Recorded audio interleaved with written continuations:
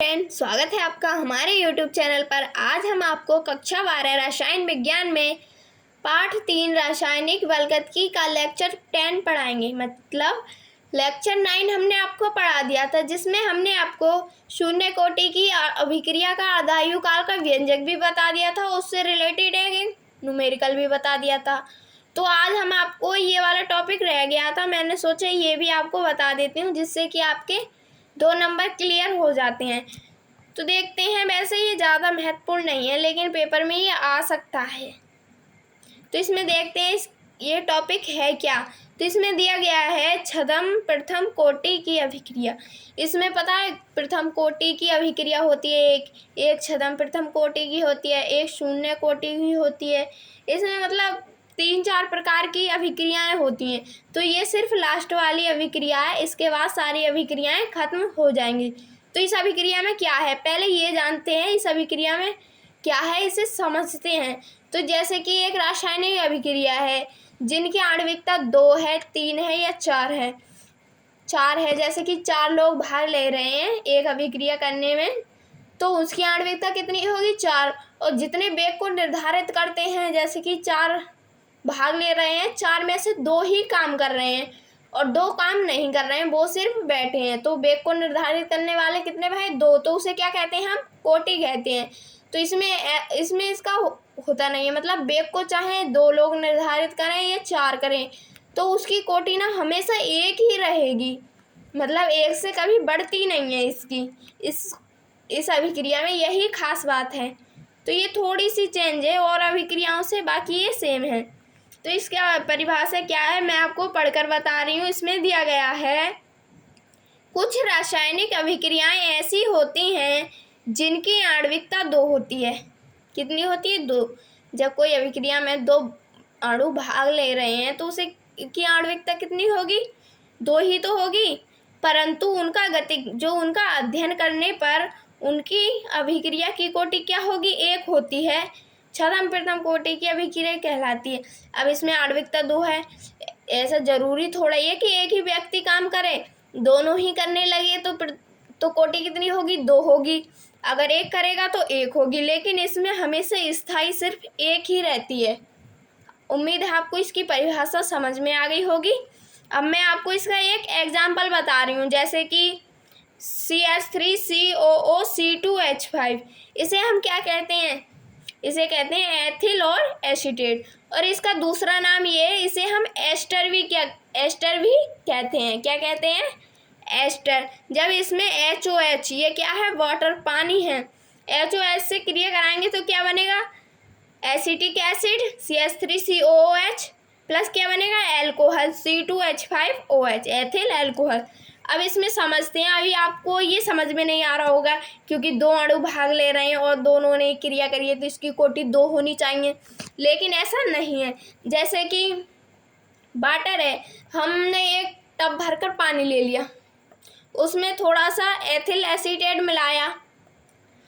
जब उसमें मिलाएंगे तो ज़्यादा पानी ही तो दिखेगा, तो उसका जो होगा ना, पानी होगा, ये ज़्यादा मतलब बहुत कम क्रिया करेगा, तो इसकी कोटि बिल्कुल भी नहीं मानी जाती। इस वजह से इसकी कोटि 1 रहती है।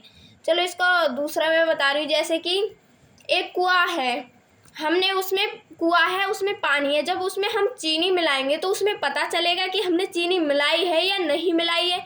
तो यही इसी रिएक्शन में होता है, मतलब HOH बहुत है और ये कम है, तो इस वजह से इसकी कोटि कितनी होगी, 1 होगी ऐसे। और आणविकता कितनी होगी, 2 होगी। ऐसे ही इसमें C12H22 हो गया। ये किसका फॉर्मूला है, ये है चीनी का। इसमें भी पानी मिलाएंगे तो क्या बनेगा, C6H12O6। इसे हम कहते हैं ग्लूकोज। क्या कहते हैं, ग्लूकोज। एक बनेगा ग्लूकोज, एक बनेगा फ्रक्टोज, मतलब दोनों का फॉर्मूला सेम है, बस थोड़े इनके लक्षण ही अलग हैं और बाकी सब फॉर्मूले सेम हैं इनके। तो इसमें भी मैंने आपको कुएं वाला एग्जांपल बताया था ना, वही लगेगा। इसमें भी 2 भाग ले रहे हैं, लेकिन पानी ज़्यादा मात्रा में है तो ये कम क्रिया करेगा, इस वजह से इसकी कोटि क्या रहेगी, 1। इसमें सिर्फ एक ही अणु काम कर रहा है, क्या कर रहा है, 1 ही। तो उम्मीद है आपको ये समझ में आ गया होगा। अब इसमें एक नोट कर बताया है, क्या है, नोट करके। तो इसमें मैं आपको बता रही हूँ माना अभिक्रिया, कोई एक अभिक्रिया है। जैसे कि मैंने आपको जब व्यंजक जो सिद्ध करवाए थे ना प्रथम कोटि की अभिक्रिया के, तो उसमें मैंने आपको माना कोई पदार्थ है वो क्या बना है, प्रोडक्ट यानी कि उत्पाद का निर्माण कर रहा है। तो ऐसे ही हमने इसमें ले लिए हैं ABC, मतलब सी तक संख्या ले ली है हमने। तो यहाँ पर लिखा है हमने small a capital A plus small b capital B plus small c capital C।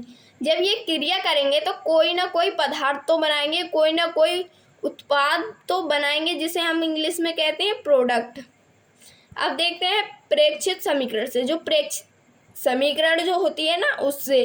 तो प्रेक्षित समीकरण में R बराबर K, A क्या होगा, शून्य। जब शून्य कोटि की अभिक्रिया में होगा, वो सॉरी यहाँ पर शून्य नहीं है, यहाँ पर A है, यहाँ होगा कैपिटल A, यहाँ पर होगा स्मॉल। ऐसे ही इसमें होगा capital B small b capital C small c। जब इसको यहाँ करेंगे तो कोटि निकालेंगे ना, संख्या होती है उसको हम किससे दर्शाते हैं, n से ही तो दर्शाएंगे। तो n बराबर a, ये ऊपर की संख्या हम लिख लेंगे। यहाँ पर लिख लिया है मैंने a plus b plus c लिख लिया। अब मैं आगे चलती हूँ, आपको यहाँ तक समझ में आ गया होगा। अब इसमें आगे दिया गया है, ये है N2 प्लस 3H2। ये वाला एग्जाम्पल मैंने आपको एक अभिक्रिया में बताया, ये मुझे याद है। पता है, जहाँ कहीं भी ये वाला चिन्ह होता है ना बना हुआ, तो उसका मतलब होता है इससे ये बन सकता है और इससे ही ये बन सकता है, मतलब दोनों में बराबर होता है, कोई किसी से कम नहीं और कोई किसी से ज़्यादा नहीं होता है। तो इस चिन्ह को हम उत्क्रमणीय भी कहते हैं। तो इसमें जब N2 प्लस 3H2 होगा ना, तो इससे क्या बनेगा 2NH3, जिसे हम कहते हैं अमोनिया। इसके मॉलिक्यूल कितने बनेंगे, 2। जब इसमें दिया गया है जो प्रेक्षित समीकरण है ना, उसमें भी यहाँ तक दिया गया है ना R बराबर K को हम वेग स्थिरांक भी कहते हैं ना, उससे ही तो दर्शाते हैं। तो इसमें N2 भी क्या होगा, 0 होगा और H2 भी क्या होगा, 0 होगा। जब ये दोनों 0 होंगे तो बराबर क्या आएगा, संख्या, जो हम संख्या लिखा रहे थे वो क्या आएगी, 0 होगी। जब 0 होगी तो शून्य कोटि की अभिक्रिया है, मतलब ये है जब 0 होगी तो क्या कहलाएगी, ये शून्य कोटि की अभिक्रिया कहलाएगी। जब इसमें ये वाला एग्जाम्पल फिर से रख दिया है CH3COO C2H5 प्लस H2O, इससे भी ये बन रहा है और यहाँ पर बन रहा है एथिल एल्कोहल। मैंने लिखा नहीं है, मैं आपको यहाँ पर लिख रही हूँ, जिसे हम शराब भी कहते हैं। क्या कहते हैं, शराब। जब इसमें मैंने कुएं वाला एग्जाम्पल बताया था, चलो नदी वाला बता रही हूँ। जब नदी में से हम 1 बाल्टी पानी भर कर लाएंगे तो उसमें कौन सा कोई फर्क पड़ रहा है, उसमें तो उतना ही पानी रहेगा, 1 बाल्टी से कौन सा वो सारा आ जाएगा। तो यही होता है, जो पानी होता है वो कम कोटि दर्शाता है अपनी, तो उसका क्या होता है, 0 होती है कोटि। कितनी होती है, 0। और जो एथिल एसीटेट है वही सारी क्रिया करता है, तो इसकी कोटि कितनी होती, 1। ये बात हमेशा याद रखना इस छदम प्रथम कोटि की अभिक्रिया में, मतलब आणविकता कितनी भी हो लेकिन कोटि हमेशा 1 ही रहेगी। तो यहाँ पर दिया है ना n बराबर 1 प्लस 0, तो कोटि कितनी होगी, 1 होगी। यही ये सिद्ध किया गया है, यही तो सिद्ध किया है प्रथम कोटि की अभिक्रिया है। क्या है, प्रथम छदम कोटि, यहाँ पर आप लिख लेना छदम कोटि की अभिक्रिया है। उम्मीद है आपको ये समझ में आ गया होगा। ये सारा मतलब ज़्यादा लॉन्ग वीडियो में नहीं बनाती हूँ जिससे कि आप देख ना पाओ। तो हम कल से आपको ना जो ऑर्गेनिक केमिस्ट्री है ना वो आपको स्टार्ट करा देंगे, जिससे कि वो ऑर्गेनिक केमिस्ट्री है ना वो सबसे ज़्यादा नंबर में आती है।